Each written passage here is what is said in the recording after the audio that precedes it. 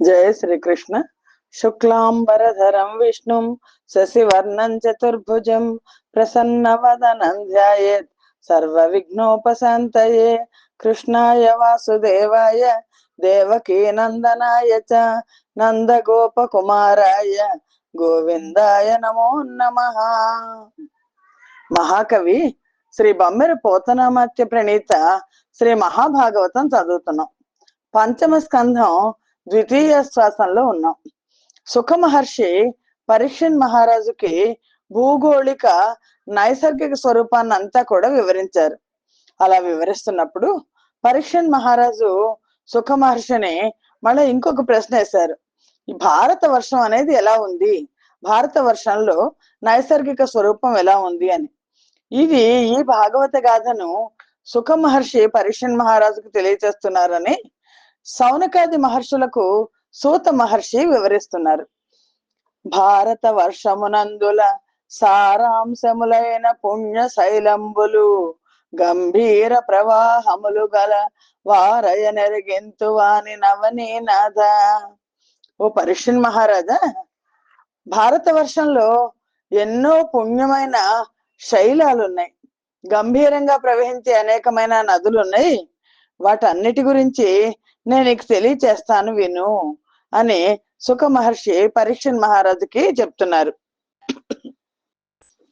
పుణ్యమైన పర్వతాలు మలయ పర్వతం, మంగళప్రస్థం, మైనాకం, త్రికూటం, వృషభం, కోటకం, కోల్లకం, సహ్యం, వేదగిరి, ఋష్యముఖం, శ్రీశైలం, వెంకటాద్రి, మహేంద్రం, వారిధరం, వింధ్య పర్వతం, సుక్తిమత్ పర్వతం, వృక్షగిరి పర్వతం, పారియాత్రం, ద్రోణ పర్వతం, చిత్రకూటం, గోవర్ధనం, రైవతకం, కుకుభం, నీలగిరి, గోకాముఖం, ఇంద్రకీలం, రామగిరి మొదలైన అనేకమైన పుణ్య పర్వతాలు అన్ని కూడా ఈ భారత వర్షం ఇదివరకు ప్రాంతంలో, ఇప్పుడు మనం దేశాలు అంటున్నాం, వర్షం అనేవాళ్ళు ఆ వర్షంలో ఉన్నాయి అని.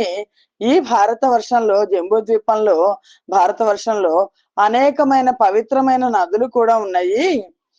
ఈ పర్వతాలకు పుత్రికలైన పుణ్య నదులు చంద్రపట, తామ్రపర్ణి, అవటోద, కృతమాల, వైహాయసి, కావేరి, వేణి, బహుశా కృష్ణవేణి అయి ఉంటుంది, పయస్విని, పయోద, శర్కరావర్త, తుంగభద్ర, కృష్ణవేణి కాదు, వేణి వేరు కృష్ణవేణి వేరు, భీమరథి, గోదావరి, నిర్వింధ్య, పయూష్ణి, తాపి, రేవ, శిల, సురస, చర్మణ్వతి, వేదస్మృతి, ఋషికుల్య, త్రిసోమ, కౌశికి, మందాకిని, యమున, సరస్వతి, దృషద్వతి, గోమతి, సరయువు, భోగవతి, సుషోమ, శతద్రువు, చంద్రభాగ, మరుద్రుధ, వితస్థ, అసిక్ని, విశ్వ. ఇవన్నీ కూడా మహానదులు. అంటే ఆ మహానదులు ఇప్పుడున్న మహానదులకి అప్పటి మహానదులకి పేర్లు మారుండొచ్చు, లేదా కొన్ని నదులు అంతరించి కూడా ఉండవచ్చు అని అప్పుడు సుఖ మహర్షి చెప్తున్నప్పుడు ఉన్న నదులు ఇవన్నీ మహానదులు. వీటిలో నర్మదా నది, సింధు నది, శోణ నది అనేవి నదాలు. ఇవి భరత వర్షంలో ప్రవహిస్తున్న మహాప్రవాహాలు. వీటిలో పవిత్రంగా స్నానాలు చేసిన మానవులు ముక్తిని పొందుతారు అని. ఈ భారత వర్షంలో జన్మించిన మానవులు ఎలా ఉంటారు అంటే, తెలుపు రంగులోను, ఎరుపు రంగులోను, నలుపు రంగుల రూపాల సత్వ రజస్తమో గుణాలను కలిగి ఉంటారు. 3 విధాలైన కర్మల్ని ఆచరించి క్రమంగా దేవలోకంలో, మనుష్యలోకంలో, నరకలోకంలో తిరుగుతూ ఉంటారు అని. రాజా విను, రాగద్వేషాలు లేనివాళ్ళు, మాటకు మనస్సుకు అందనివాడు, సర్వానికి తానే ఆధారమైన వాడు అయిన శ్రీ వాసుదేవుని చిత్తంలో నిలుపుకుని భక్తి యోగంతో ఆరాధిస్తారు.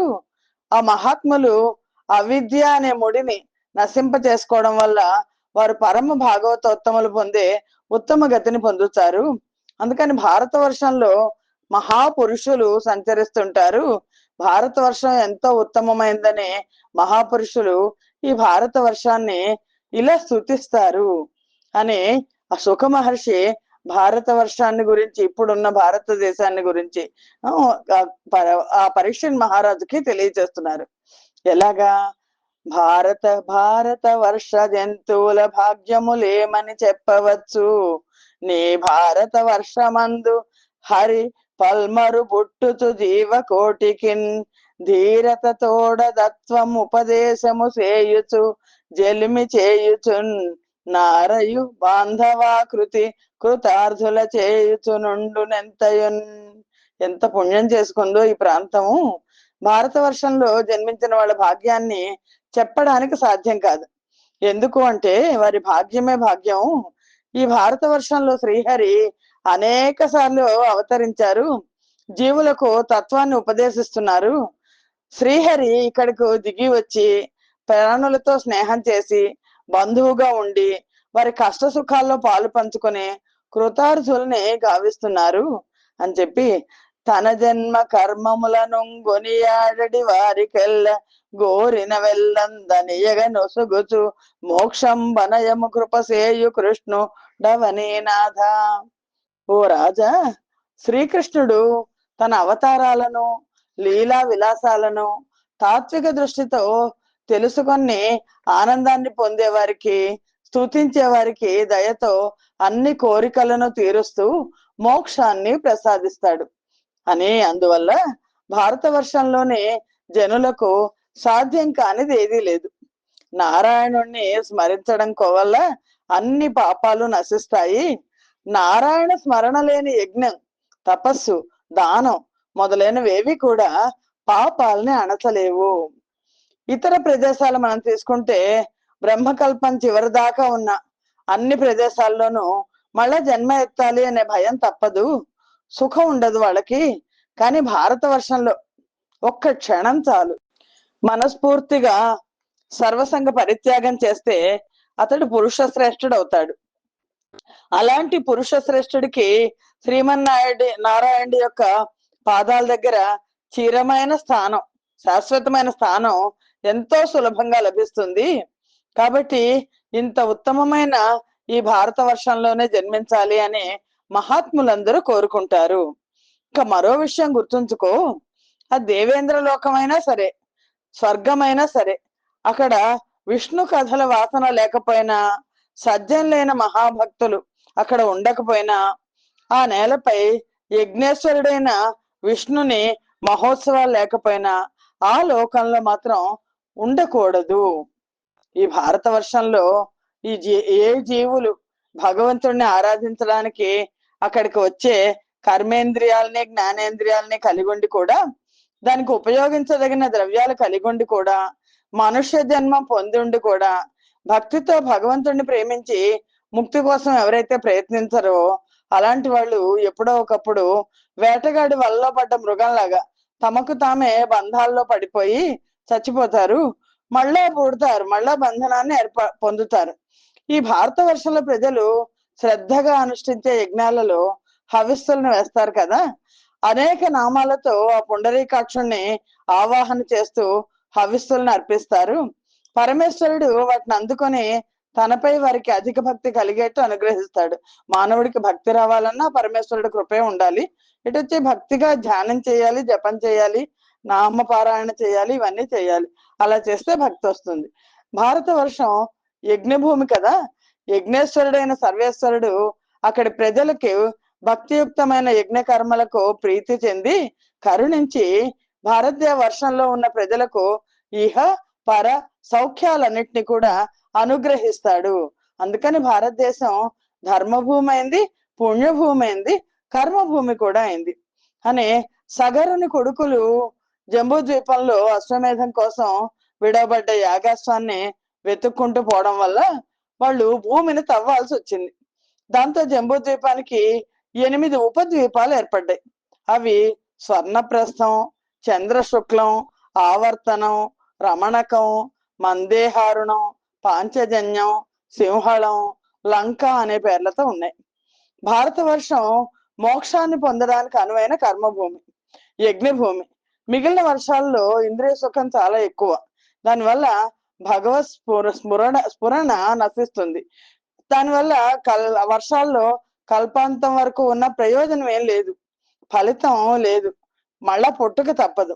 కానీ భారత వర్షంలో నరుడు ఒక క్షణకాలం జీవించినా సరే తాను చేసే సర్వకర్మల్ని కనుక భక్తితో భగవదర్పణం చేసేస్తే భయం దరికి చేరని విష్ణు పదాన్ని పొందుతాడు అని పరీక్షణ్ మహారాజుకి సుఖ మహర్షి చెప్తున్నారు. ఈ గాథని సౌనకాది మహర్షులకు సూత మహర్షి వివరిస్తున్నారు. లక్ష యోజనములు లవణాబ్ధి పరివృత మగుచు జంబూ ద్వీపమతిశ ఇల్లు విను 2 లక్షలు విస్తృత ముగను లక్ష ద్వీపముండున క్షార సాగరము జుట్టి అందుల రమ్యమై యొప్పెడు వృక్షంబు ప్లక్షంబు విదితముగను ధనరు నా ద్వీపంబు దరునామ మహిమచే మిగుల బ్లక్షంబన మించి రహిని నందు సంచరించునట్టి వారలకగ్ని దేవుడమరు నాది దేవతయుగా నందులోన నా ప్రియవ్రత సుతుడగు నిర్మజిహ్వుడను మహీవరుండు. జంబూ ద్వీపానికి చుట్టూ 1,00,000 యోజనాల మేర ఉప్పు సముద్రం చుట్టుంది. లక్ష ద్వీపానికి చుట్టూ చెరుకు రసం నిండిన సముద్రం ఉంది. అది 2,00,000 యోజనాల మేర చుట్టుంది. ద్వీప మధ్య భాగంలో ప్లక్షం అనే జువ్వి చెట్టు ఉంది, జువ్వి వృక్షం ఉంది. కాబట్టి ఆ ద్వీపానికి ప్లక్ష ద్వీపం అని పేరు వచ్చింది. అగ్నిదేవుడు ప్లక్ష ద్వీపానికి అధిపతి. ప్రియవ్రతుని కొడుకైన యుధ్మజిహ్నుడు దీన్ని పరిపాలిస్తున్నాడు అని, ఓ రాజా, యుధ్మజిహ్నుడు ఈ ప్లక్ష ద్వీపాన్ని 7 వర్షాలుగా విభజించాడు. వాటిని తన 7 కొడుకులకు, అంటే వర్షం అంటే దేశం అని అనుకోవాలి, 7 కొడుకులకు కట్టబెట్టాడు. యుధ్మజిహ్వుని కొడుకుల పేర్లు ఆ ద్వీపాల పేర్లు అయినాయి. అవి శివ, యశస్య, సుభద్ర, శాంత, క్షేమ, అమృత, అభయ అనేవి. కాబట్టి ఆ ద్వీపాలు ఏంటంటే శివద్వీపం, యశస్య ద్వీపం, సుభద్ర ద్వీపం, శాంత ద్వీపం, క్షేమ ద్వీపం, అమృత ద్వీపం, అభయ ద్వీపం. కొడుకుల్ని వర్షాధిపతులను చేసి యుధ్మజిహ్వుడు తపస్సు చేసుకోవాలని వెళ్ళిపోయాడు. ఈ 7 వర్షాలకు 7 కుల పర్వతాలు ఉన్నాయి. వాటి పేర్లు మణికూటం, వజ్రకూటం, ఇంద్రసేనం, జ్యోతిష్మంతం, ధూమ్రవర్ణం, హిరణ్యగ్రీవం, మేఘమాలం. ఈ వర్షాలకు 7 మహానదులు కూడా ఉన్నాయి. అవి అరుణ, నృష్ణు, ఆంగీరసి, సావిత్రి, సుప్రభాత, ఋతంభర, సత్యంభర అనేవి. ఈ నదీ జలాలలో స్నానం చేసి పాపాలు తొలగిన వాళ్ళే హంస, పతంగ, ఊర్ధ్వాయన, సత్యాంగులు అనే 4 వర్ణాల వాళ్ళు ఉంటారు. అక్కడ వారి ఆయుర్దాయం 1000 ఏళ్ళు. వాళ్ళు దేవతలతో సమానమైన వాళ్ళు. వాళ్ళు కేవలం చూపు మాత్రంతో శ్రమ చెమట లేనట్టి సంతానాన్ని కలిగి ఉంటారు, అంటే దేవలోకం. వాళ్ళు వేదత్రయ స్వరూపుడు, స్వర్గద్వారం వంటి వాడు, భగవత్ స్వరూపుడైన సూర్యుణ్ణి ఋగ్యజుస్సామ వేదాలతో సేవిస్తారు. ఇంకా ప్లక్షద్వీపం మొదలైన 5 ద్వీపాల్లో పురుషులందరికీ ఆయువు, ఇంద్రియ పటుత్వం, తేజస్సు, బలం పుట్టుకతోనే సిద్ధిస్తాయి అని చెప్తున్నారు. ప్లక్షద్వీపము ద్విగుణిత లక్షేక్షుర సాబ్ధి సుట్టిర విరలసిల్లు నిక్షురసోద్వియ గుణం భక్షయముగ శాల్మలి మహాద్వీపమిలన్. ప్లక్షద్వీపానికి ముందు జంబూ ద్వీపానికి మధ్య లవణ సముద్రం ఉన్నట్టు ప్లక్ష, శాల్మలి ద్వీపాలకు మధ్యలో ఇక్షురసం, చెరుకు రసం జలంతో నిండిన ఇక్షురస సముద్రం ఉంది. ఇది 2,00,000 యోజనాల విస్తీర్ణం ఉంది. ఇక్షురస సముద్రానికి రెట్టింపు వైశాల్యం కలిగింది శాల్మలి ద్వీపం. ఈ శాల్మలి ద్వీపంలో శాల్మలి వృక్షం అంటే బూరుగు చెట్టు ప్లక్షద్వీపం యొక్క విస్తీర్ణం కలదై వ్యాపించి ఉంది. ఆ శాల్మలి వృక్షం వల్ల ఆ ద్వీపానికి శాల్మలి బూరుగు చెట్టు అంటే శాల్మలి అనే పేరు వచ్చింది.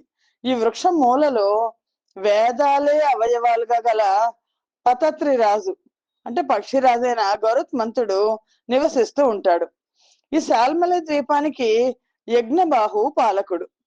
ఇతడు ప్రియవ్రతుని కొడుకు. యజ్ఞబాహువుకు 7 కొడుకులు ఉన్నారు. వారి పేర్లతో 7 వర్షాలను విభజించి వాళ్ళకిచ్చాడు. ఆ వర్షాలు సురోచనం, సౌమన్యసం, రమణకం, దేవబర్హం, పారిభద్ర, ఆప్యాయనం, అభిజ్ఞాతం అనేవి. ఈ వర్షాలలో సరిహద్దు పర్వతాలు 7 ఉన్నాయి. అవి సురస, శతశృంగ, వామదేవ, కుంద, ముకుంద, పుష్పవర్ష, శతశ్రుతులు. ఈ 7 నదులు అక్కడ ప్రవహిస్తున్నాయి. ఆ నదుల పేర్లు అనుమతి, సినీవాలి, సరస్వతి, కుహువు, రజని, నంద, రాకలు. ఆ వర్షాల్లో పురుషులు 4 వర్ణాలుగా విభజించబడి ఉన్నారు. వారిని శృతిధర, విద్యాధర, వసుంధర, యుద్మధరులను పిలుస్తారు. వీరుడు వేదమయుడు, ఆత్మస్వరూపుడు అయిన సోముణ్ణి ఆరాధిస్తారు, చంద్రుణ్ణి ఆరాధిస్తాడు. శాల్మలి ద్వీపానికి చుట్టూ సురా సముద్రం ఉంది. దాని విస్తీర్ణం 4 లక్షల యోజనాలు అని ఇంకా చెప్తున్నారు పరీక్షణ్ మహారాజుకి. భూనాథయా సురాంబోధికి జుట్టుగా నుండు కుశద్వీప ముర్వి మీద దూరమైతాది 4 లక్షల యోజనంబులను విస్తారమై పొలుపు మిగులు నందు కుశస్తంభ మనిషంబు దేవతా కల్పితం బైనట్టి కాంతి చేత దిక్కులు వెలిగించు ద్వీపంబునకు తన పేర సత్కీర్తి పెంపు సేయు నట్టి దేవికి నధిపతియగు ప్రియవ్రత తనయుండు హిరణ్య రేతసుడనన్ ధనరెడి భూపతి తన సుత నామములను వర్షములు చేసే నత్యంత హర్షమునను. రాజా, సురా సముద్రానికి చుట్టూ కుశద్వీపం ఉంది. ఆ కుశద్వీపం దాని విస్తీర్ణం 8 లక్షల యోజనాలు. కుశద్వీపం చుట్టూ కూడా ఘృత సముద్రం ఉంది. ఆ ద్వీపంలో దేవతలు నిర్మించిన కుశ స్తంభం ఉంది. దాని కాంతులు అన్ని దిక్కులకి వెలుగుతుంటాయి, ప్రకాశింపజేస్తోంది. కుశ స్తంభం ఉండడం వల్ల దానికి కుశద్వీపం అనే పేరు వచ్చింది. కుశద్వీపానికి ప్రియవ్రతుడి కొడుకైన హిరణ్యరేతసుడు అధిపతి. ఇతడు ఎంతో సంతోషంగా తన కొడుకుల పేర్లతో వర్షాలని, దేశాలని విభజించి ఏర్పాటు చేశాడు. ఇలా హిరణ్యరేతసుడు వసుడు, వసుదానుడు, దృఢరుచి, నాభిగుప్తుడు, సత్యవ్రతుడు, విప్రుడు, వామదేవుడు అనే తన 7 కొడుకులకు వారి పేర్ల మీద కుశద్వీపాన్ని 7 వర్షాలుగా విభజించి పాలించుకోమని ఇచ్చాడు. తర్వాత హిరణ్యరేతసుడు తపస్సుకి వెళ్ళాడు. కుశద్వీపంలో బభ్రువు, చతుశృంగం, కపిల, చిత్రకూట, దేవానికం, ఊర్ధ్వరోమం, ద్రవిణం అనే 7 పర్వతాలు ఉన్నాయి. రసకుల్య, మధుకుల్య, శృతవింద, మిత్రవింద, దేవగర్భ, ఘృతచ్యుత, మంత్రమాల అనే 7 మహానదులు కూడా ఉన్నాయి అక్కడ. ఈ నదీ జలాల్లో పవిత్ర స్నానాలు చేసి యజ్ఞ పురుషుణ్ణి కుశల, కోవిద, అభియుక్త, కులకులు అనే పేర్లు గల వర్ష పురుషులు సేవిస్తూ ఉంటారు అని చెప్పి, ఆ కుశద్వీపంబు నరికట్టు కొనియుండు 8 లక్షల ఘన ఘృతాబ్ధి యాఘృత సాగరం బవ్వల 16 లక్ష యోజనముల లలిత మగుచు నుండు క్రౌంచ ద్వీపముర్వీషయందు మధ్య ప్రదేశంబున నట్టి దీవి పేరుగా తన పేర పెద్దగా చేసిన క్రౌంచాద్రి గలదానగంబు మున్ను షణ్ముఖుండు దివ్య శరమున ఘననితంబంబు దూయనేయ బాల వెళ్ళి గరిమదడుపుచుండు వరుణుండు రక్షింప నందు మిగుల భయము నొందకుండే. ఓ రాజా, కుశద్వీపానికి చుట్టుకొని ఘృత సముద్రం ఉంది. దాని వైశాల్యం 8 లక్షల యోజనాలు. దానికి అవతల 16 లక్షల యోజనాల విస్తీర్ణంతో క్రౌంచ ద్వీపం ఉంది. దాని మధ్యలో క్రౌంచం అనే ఒక పెద్ద పర్వతం ఉంది. దాని మూలంగానే ఆ ద్వీపానికి క్రౌంచ ద్వీపం అనే పేరు వచ్చింది. ఆ ద్వీపంలో చెరియలు అనే చెరియలను పూర్వం షణ్ముఖుడు తన దివ్యమైన బాణాలతో పెకిలించాడు. అయినా ఆ పర్వతం తనకు 4 వైపులా ఉన్న క్షీర సముద్ర జలాలతో తడపబడి వరుణదేవుడి రక్షణ పొంది అంతగా భయం లేకుండా ఉంది. రాజా, క్రౌంచ ద్వీపానికి అధిపతి ప్రియవ్రతుడి యొక్క కుమారుడైన ఘృతపృష్ఠుడు. ఈయన తన కొడుకులైన ఆమోద, మధువహ మేఘపృష్ఠ సుధామ ఋషిద్య లోహితార్ణ వనస్పతులు అనే వాళ్లకు మొత్తం ఈ ద్వీపాన్నంతా కూడా విభజించి ఇచ్చాడు. వాళ్ళ పేర్ల మీద వర్షాలను ఏర్పాటు చేసి వాటికి వాళ్ళను వర్షాధిపతులుగా అభిషేకం చేశాడు.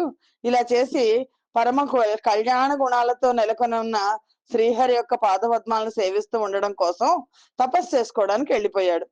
ఆ వర్షంలో అందరూ కూడా ప్రియవ్రతుడి కుమారులు మనుమలే. ఆ వర్షంలో అంటే ఆ క్రౌంచ ద్వీపంలో శుక్ల, వర్ధమాన, భోజన, ఉపబర్హణ, నంద, నందన, సర్వతోభద్ర అనే పేర్లతో 7 పర్వతాలు ఉన్నాయి. అలాగే అభయ, అమృతౌఘ, ఆర్యక, తీర్థవతి, తృప్తి రూప, పవిత్రవతి, శుక్ల అనే పేర్లు గల 7 నదులు ఉన్నాయి. వీటి పవిత్ర జలాలను సేవిస్తూ ఆ వర్షంలోని జనులు గురు, వృషభ, ద్రవిణ, దేవకులు అనే పేర్లతో 4 వర్ణాలుగా ఉండి వరుణ దేవుణ్ణి ఆ నదీ జలాలను దోసిళ్లతో పట్టి ఆరాధిస్తూ ఉంటారు అని జగదీశ వినుము క్రౌంచ ద్వీపమును జుట్టి యుండు 16 యోజనముల విస్తారమై పాల వెల్లి ఎందునను శాఖ ద్వీపమతుల ప్రకాశ ముందు దండిమై 32 లక్షల యోజనముల విస్తారమై అమరియుండు నందుల శాఖ వృక్షామోద మా ద్వీపమును సుగంధమున బెనగజేసి అంతదన పేర దీవి ప్రఖ్యాత మగుట చేసి ఎందుల మిగుల ప్రసిద్ధికెక్కే నందు మేధాతిథియు గర్తయగుచు నుండే దవిలి వేడుకదనదు నందనుల జూచి. రాజా విను క్రౌంచ ద్వీపాన్ని చుట్టుకొని పాల సముద్రం ఆవరించి ఉంది. దాని విస్తీర్ణం 16 లక్షల యోజనాలు. దాంట్లో శాఖ ద్వీపం ఉంది. దాని కాంతికి సాటి వచ్చేది ఏది ఇంకేది లేదు. ఇది 32 లక్షల యోజనాల విస్తీర్ణంతో ఉంది. ఆ ప్రదేశం అంతా శాఖ వృక్షం యొక్క సుగంధంతో నిండి ఉంటుంది. కాబట్టి ఆ ద్వీపానికి శాఖ ద్వీపం అనే పేరు ప్రఖ్యాతమైంది. ప్రియవ్రతుడి కొడుకైన మేధాతిథి ఈ శాఖ ద్వీపానికి అధిపతి. ఇతనికి 7 కొడుకులు ఉన్నారు. ఒకరోజు ఎంతో సంతోషంతో వాళ్ళందరినీ పిలిచాడు. పిలిచి ఆ వాళ్ళ పేర్ల మీదుగానే వర్షాలను విభజించి పట్టం కట్టాడు. ఆ వర్షాలు ఏంటంటే ఆ దేశాలు ఏంటంటే పురోజవ, మనోజవ, పవమాన, ధూమ్రానేక, చిత్రరథ, బహురూప, విశ్వాధారాలు. కొడుకులకు పట్టాభిషేకం చేశాక మేధాతిథి శ్రీహరి పాదసేవ చేస్తూ తపోవనానికి వెళ్ళాడు. రాజా ఈ శాఖ ద్వీపానికి 7 సరిహద్దు పర్వతాలు ఉన్నాయి. అవి ఈశాన, ఉరుశృంగ, బలభద్ర, శతకేశర, సహస్ర శ్రోత, దేవపాల, మహానసాలు. ఈ ద్వీపంలో అనఘ, ఆయుర్ధ, ఉభయ సృష్టి, అపరాజిత, పంచవపది, సహస్రశృతి, నిజధృతి అనే 7 మహానదులు కూడా ఉన్నాయి. ఈ నదీ జలాలలో అక్కడి వాళ్ళు ప్రాణాయామం చేస్తూ రజోగుణాన్ని తమో గుణాన్ని పోగొట్టుకొని వాయురూపుడైన ఆ భగవంతుణ్ణి పరమ సమాధిలో ఆరాధిస్తారు. అక్కడి జనులు ఋతవ్రత, సత్యవ్రత, దానవ్రత, సువ్రతతులు అనే 4 వర్ణాలుగా ఉంటారు. హట్టి శాఖ ద్వీపమరికట్టి తత్ప్రమాణం బునాదది సముద్రంబు వెలుగు నందుకు పరివృతంబై పుష్కర ద్వీప మిల 64 లక్షల విశాలమా మహాద్వీపమందయుత చకాంచన పత్ర ములు గల్గి కమల గర్భనకు నాసనంబగు పంకేరు హంబుండు నా ద్వీప మధ్యంబునను నొక్క మానసోత్తరంబనంగ పర్వతంబుండు దనకు పూర్వ పరముల నుండు నట్టి వర్షములకు 2 కిట్లు నిలచిన మర్యాద నగమనంగ జాల పొగడ నెగడు. శాఖ ద్వీపాన్ని వరుసుకుంటూ చుట్టూ పెరుగు సముద్రం ఉంది. దానిలో పుష్కర ద్వీపం ఉంది. దాని విస్తీర్ణం 64 లక్షల యోజనాలు. ఇది మహాద్వీపం. దీంట్లో 10,000 బంగారు రేకులతో మధ్యలో ఒక పద్మం ఉంది. ఇది బ్రహ్మదేవుడికి పీఠం. ఈ పుష్కర ద్వీపం మధ్యలో మానసోత్తరం అనే పర్వతం ఉంది. ఇది వర్షాల మధ్య సరిహద్దు గీతలాగా ఉంటుంది. ఎంతో కీర్తనీయమైన పర్వతం ఇది. తనకు లోపల వెలుపల ఉన్న వర్షాలకు మధ్యలో సరిహద్దు కొండలా ఉన్న ఈ మానసోత్తర పర్వతం యొక్క ఎత్తు 10,000 యోజనాలు. వైశాల్యము అంతే. దీని చుట్టూ 4 పురాలు ఉన్నాయి. ఇంద్ర, అగ్ని, వరుణ, కుబేరులు, లోకపాలుల పురాలు ఈ నగరాలు. ఈ పర్వతానికి పైన సంవత్సరాత్మకమైన సూర్యరథ చక్రం మేరు ప్రదక్షిణం చేస్తూ ఉంటుంది. ఇది ఒకసారి ప్రదక్షిణం చేసే కాలమే అహోరాత్రం అనబడుతుంది. ప్రియవ్రతుని కొడుకైన వీతిహోత్రుడు ఈ పుష్కర ద్వీపానికి అధిపతి. ఇతనికి 2 కొడుకులు.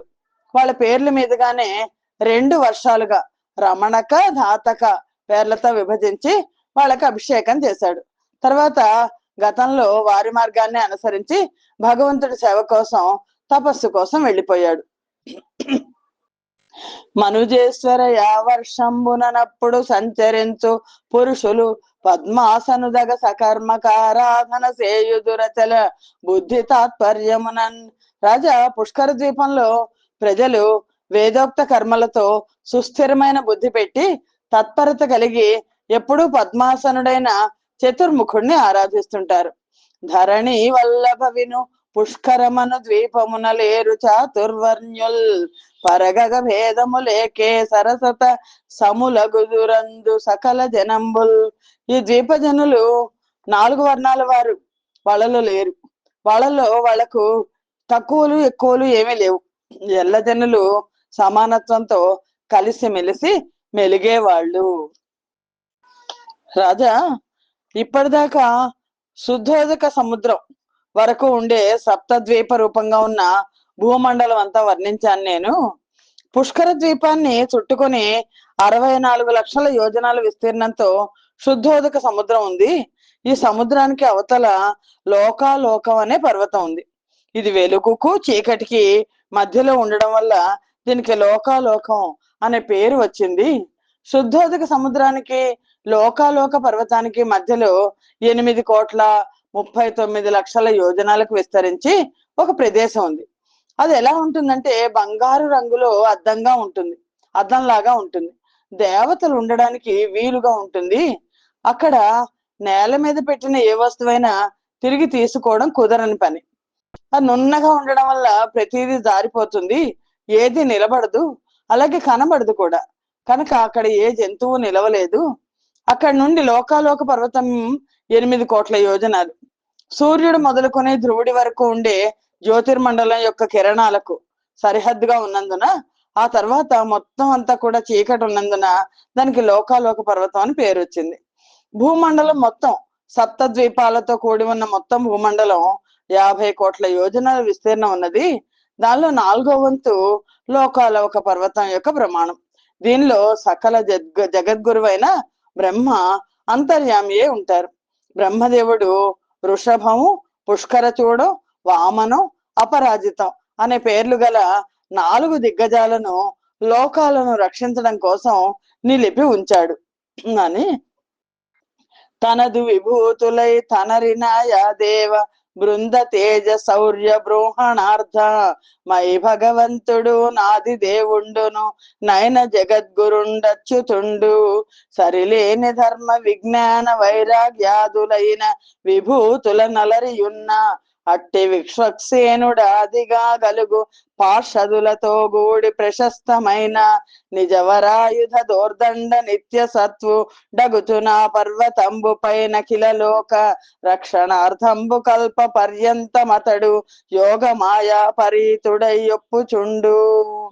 అక్కడ భగవంతుడు, ఆదిదేవుడు, జగద్గురువు అయిన ఆ అచ్యుతునకు దేవతల సమూహం, తేజస్సు, శౌర్యము, విభూతులు, అవే మహత్యాలు, సాటిలేని ధర్మం, విజ్ఞానం, వైరాగ్యం మునగు విభూతులతో ప్రకాశించే విశ్వక్సేనాదులతో కూడి ఉన్నవాడై తన ఆయుధాలైన చక్రాదులతో ప్రకాశిస్తున్న భుజాలు కలవాడై నిత్య సత్వస్వరూపుడై ఉన్న ఆ భగవంతుడు సకల లోకాలని రక్షించడానికి లోకాలోక పర్వతం మీద కల్పాంతం వరకు వేంచేసి ఉంటాడు.